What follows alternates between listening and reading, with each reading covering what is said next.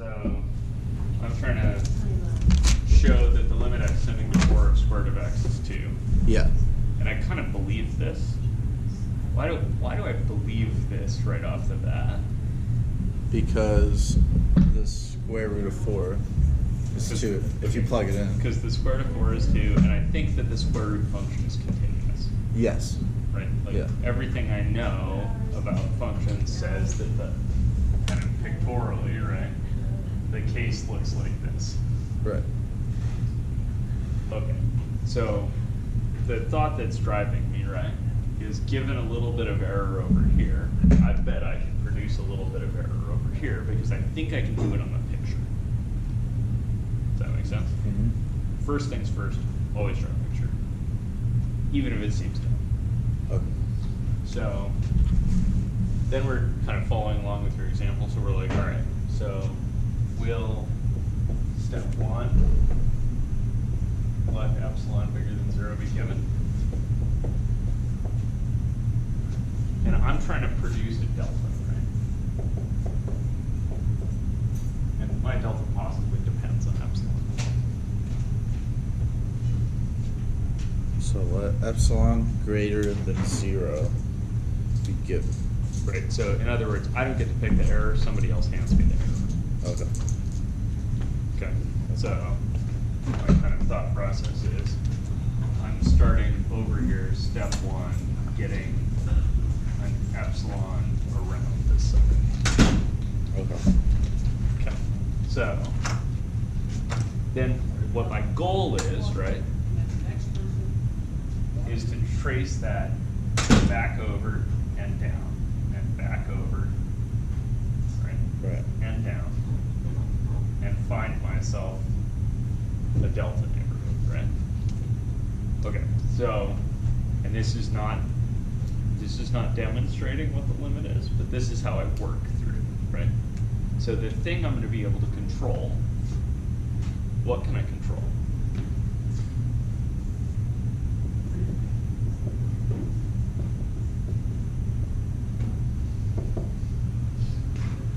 What can you control? Yeah, so what's the delta control? The delta controls domain, my domain. Yeah, it controls the domain thing, right? Right. So that delta is going to make something like this, right? I'm going to have 0 smaller than x minus 4, right? Is going to be smaller than delta.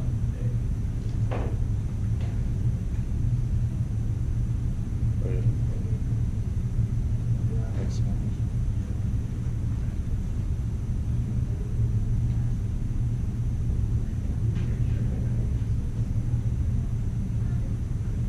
Remember, Right, it this is. the Yeah, this okay. is that punctured neighborhood down here. Yeah. So that's the thing I get to control.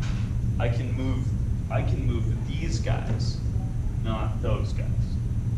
So what I'm going to do is I'm going to say, all right, I'm going to suppose I have a pair of these, and then I'm going to find a way to crank down on it to get it so that if I'm within delta of 4, then I'm going to be within epsilon of 2. Right? So ultimately, the statement I want looks something like this. So X minus 4. for x's with this, Okay. that implies that the distance between the square root of x and 2 is smaller than epsilon, right? Like this is what I'm after. Wait. Okay. So I'm like, okay. X minus 4, 0 is less than. And is it always going to be 0 less than? Yeah, because I'm never going to be interested in what happens exactly at 4, because the function could be discontinuous then. Oh, because if it equals 0, then, okay, yeah. Well, is it ever going to be greater than 0? Yeah, most of the time, right? Because the x's I'm kind of interested in are like these ones.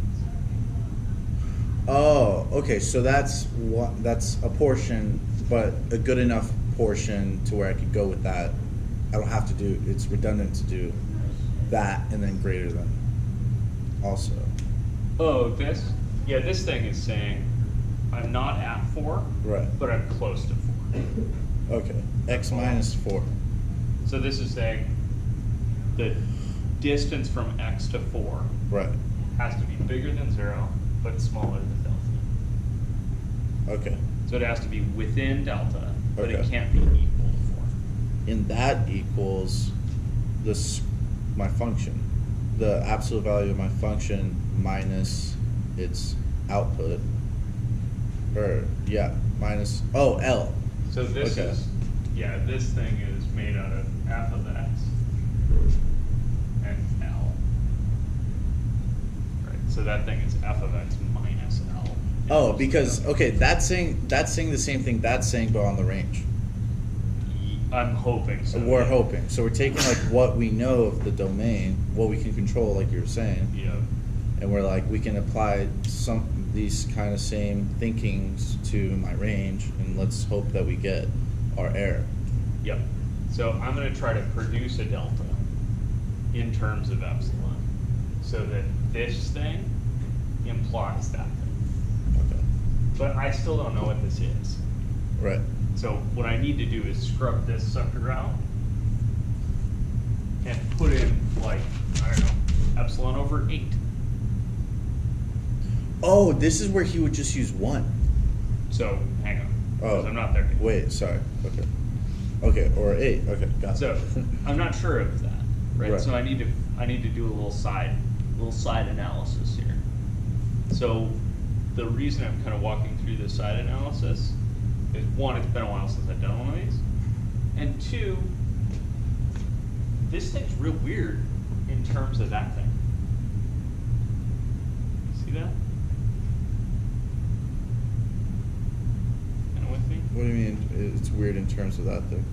I'm like, dude, this is the handle. Like, this is the handle I can turn, but it's not necessarily obvious to me how this handle affects that one. Yeah. See that? Yeah. So I think I need to spend a minute and think, and that's how all these problems go. There's always this like, wait, I can control what, and I need to control, and I need to affect what. Okay, so this is the thing I'm going to get to control. That's the thing I need to affect. Right? Right. Okay. So let me do just a little bit of side thinking. So I think that x minus 4 is a lot like, I'm just kind of thinking here. This feels a lot like difference of squares. Yeah. Because I'm looking at that thing and I'm thinking, all right, I got to get to square root of x and minus 2 somehow. So I'm thinking, okay, so there's this guy, and that looks a lot like square root of x plus 2 times square root of x minus 2.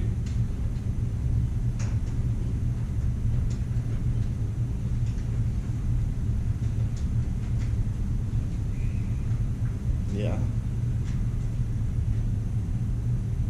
Okay. And what I need to do is say something like, if I crank down on this one, right, Right. then that one's going to get small. See that? Yeah. Yeah, well, it has to. Right. That's what I need, right? Yeah. So I'm just kind of walking through my reasoning. And Yeah. these, they take a minute. Yeah. So, first, is this true?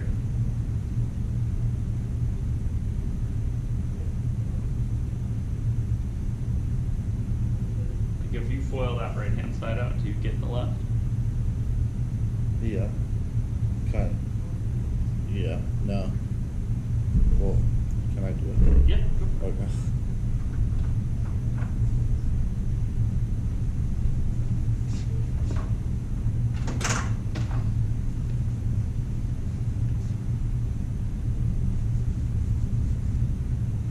Okay. Yeah. No. Yeah.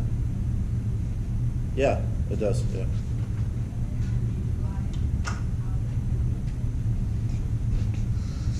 The 2 root x was when I was looking at it, I was like 2 root x, but like the 2 root x is canceled out, so it's -4. So yeah, x Okay, minus 1. so close at least.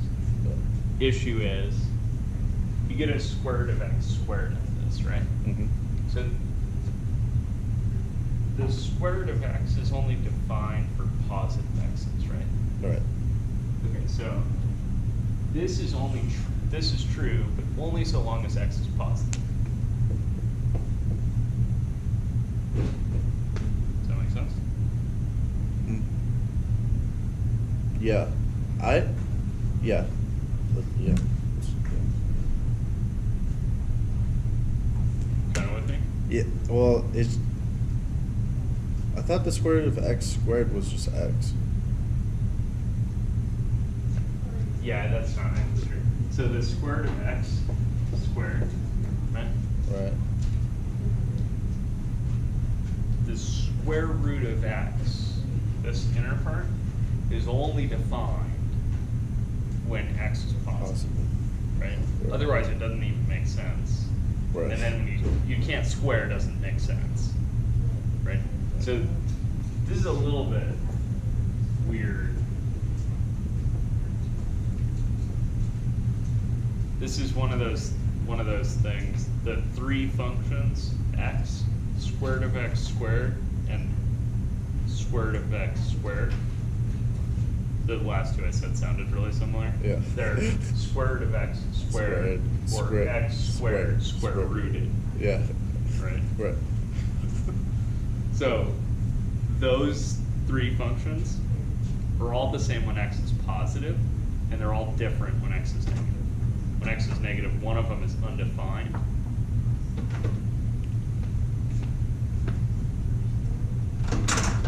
Why do you guys keep locking the door? That's all look at me. So, one of them's undefined, one of them's regular x, and the other one's absolute value. All right. Okay. That aside. Okay. That So- aside, I still am wondering how you got to your difference of squared there. Oh, I looked at this and I saw that looks like square root of x squared minus 2 squared. You gotta, yeah, your algebra game's gotta come up a little bit for this sometimes. Okay. So, this business is an okay assumption because where's my x that I'm really interested in? It's greater than 0. Because it's, Less than delta. no, because it's 4, dude. Because it's 4. Right, Yeah. so the x that I'm super interested in is 4. 4. And so 4 is a lot bigger than 0. Yeah. Right, so I think I'm gonna have a pretty easy time avoiding 0. Right. Does that make sense? Yeah. Okay, and then I wanna lay my hands on this thing. Right? So I'm gonna do a little algebra to lay my hands on that sucker. I'm gonna think to myself, all right, if I multiply both sides by 1 over square root of x plus 2, right? I've got the x minus 4 over, oops, too far, over square root of x plus 2, right? Equals square root of And x. this should be equal to square root of x minus 2. Because I just took this thing that we decided was true and divided, right? Right. Chill, chill. Yeah. Well, I don't. Why am I doing that? Why are you doing that? Because this is the crank I get to turn, All right. and that's the thing I need to move. Why the minus? Because of up there? Oh. Because that's what. Yeah. So all I'm doing is tracing this thing backwards. Yeah. I've got the thing I can turn, and the thing I need to move, Right. and I'm just trying to rewrite the thing I need to move in terms of the thing I can turn. Does that make sense? Yeah. Okay, and then this guy, what do I expect that to be about? That. Oh, that your restrictions are down there. Yeah, That's so, what it's about. So what I need to know is something like near 4, right? Your Alright. x is 4. What is the square root of x plus 2?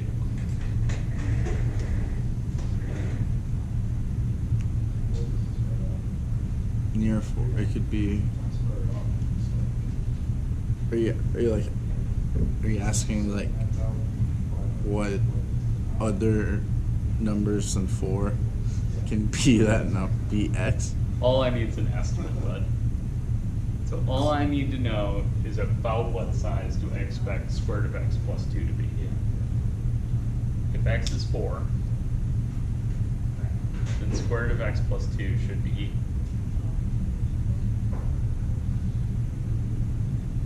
4. Let me phrase it this way. It should at least be bigger than 2, right? Yeah. Yeah, because it has because 2 plus 2 is 4. Yeah, so it has to be at least bigger than 2. So if x is positive at least, right? Yeah. Then square root of x plus 2 is going to be bigger than 2. It's going to be both defined and bigger than 2. Does that make sense? Yeah. So I'm trying not to use my own reasoning in this because I don't really want to apply a limit to this thing because that's just the same question I was asked but in a different way. So all I need to do is kind of estimate this thing. And I think that this thing here, I think that this whole guy, right, is going to be bigger than 2. Yeah. So here's what I'm going to do. Because that's going to be bigger than 2. If this is smaller than epsilon, then this thing is going to be epsilon over 2. And this thing is that thing. With me?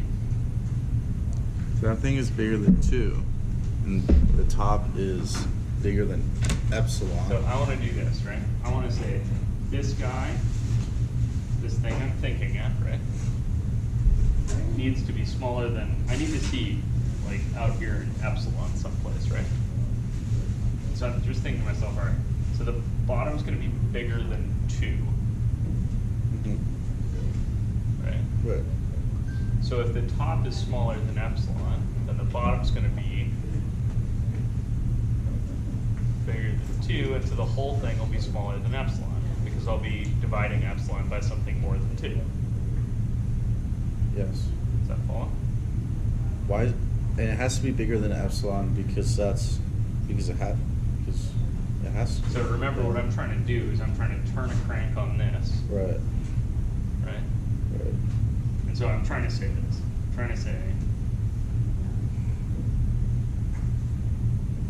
what can you put up here that you can divide by something more than 2 and have it be smaller than epsilon in terms of epsilon? Something bigger than the top. So I think this thing just needs to be epsilon. Okay, so now that I've had all that thought, I'm gonna go back.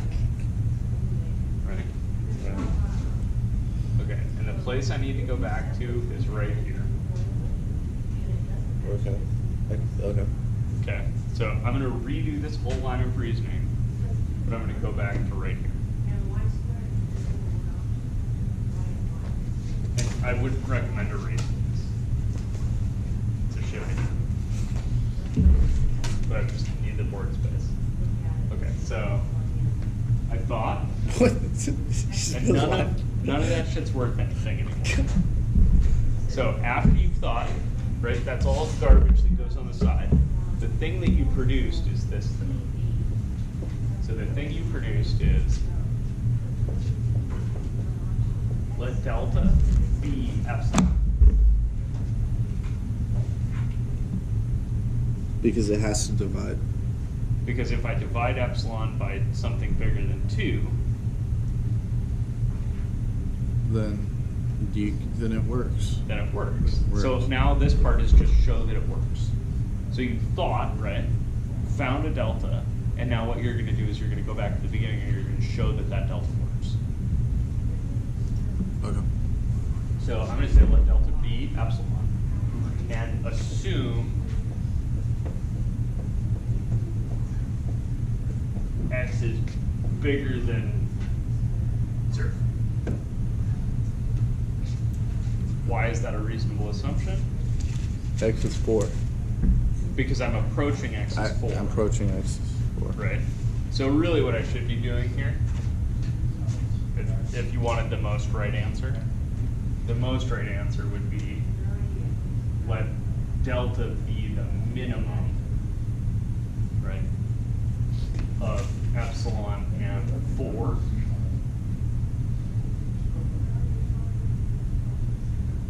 Right.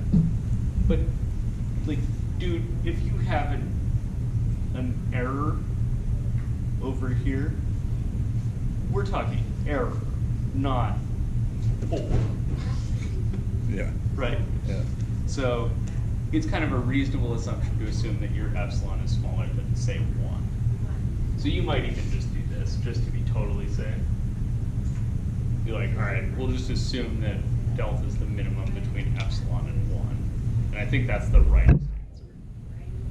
And then this means that I don't have to assume that x is bigger than 0. Right, so let delta be the minimum.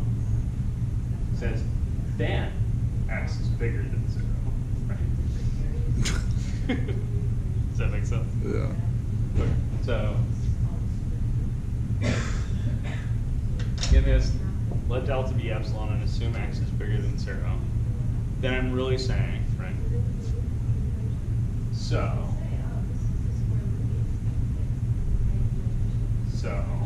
for x's with 0 is smaller than absolute value of x minus 4 is smaller than epsilon, right? Mm. Okay, then I know I can rewrite this part As square root of x plus 2 and square root of x minus 2.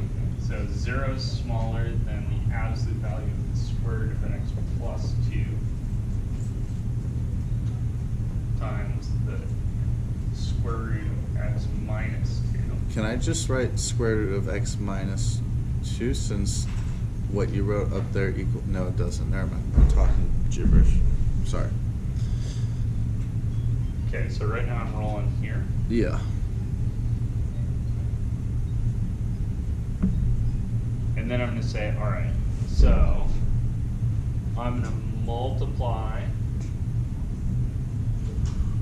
by 1 over the square root of x plus 2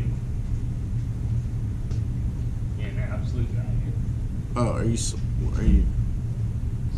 solving for? I'm not solving, I'm manipulating. Okay, so you're gonna take it over to epsilon, Yep, so I'm going to multiply both sides through by 1 over this thing. isolating your And that's going to isolate the thing I want to control, right? right. Well, and I should maybe mention that I also did this. Oh, yeah. The absolute value of a product is equal to the product of the absolute values. Yeah. All right, so then I multiply through by this thing, so I get 0, right? Because 0 times whatever is still 0.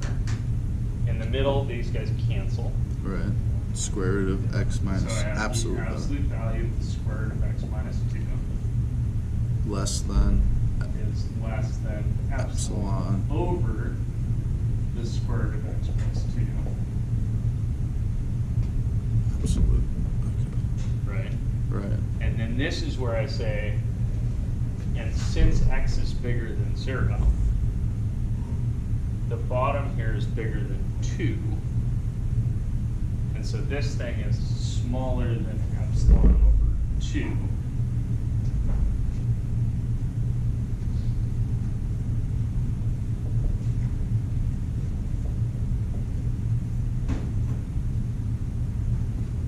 And I would write some of this shit in the margin if I was you. Yeah. Because I'm saying a lot of stuff that needs to be part of this. Yeah. Okay, so since x is bigger than 0, that means that square root of x plus 2 is bigger than 2. I'm dividing by that. So the biggest it's ever going to be is epsilon over 2. And epsilon over 2 is definitely smaller than epsilon.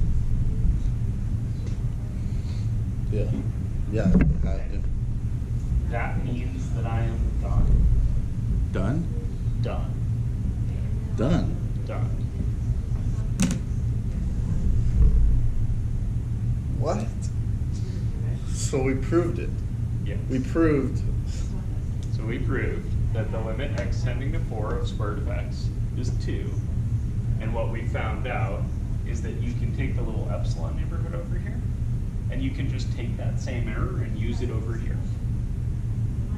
Okay.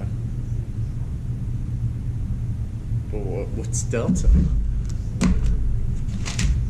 Because that's right. Because we still need to find Right there. where that. Delta is the minimum of epsilon and 1.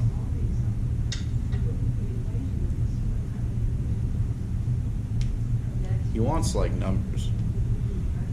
The error number. No. I swear. No.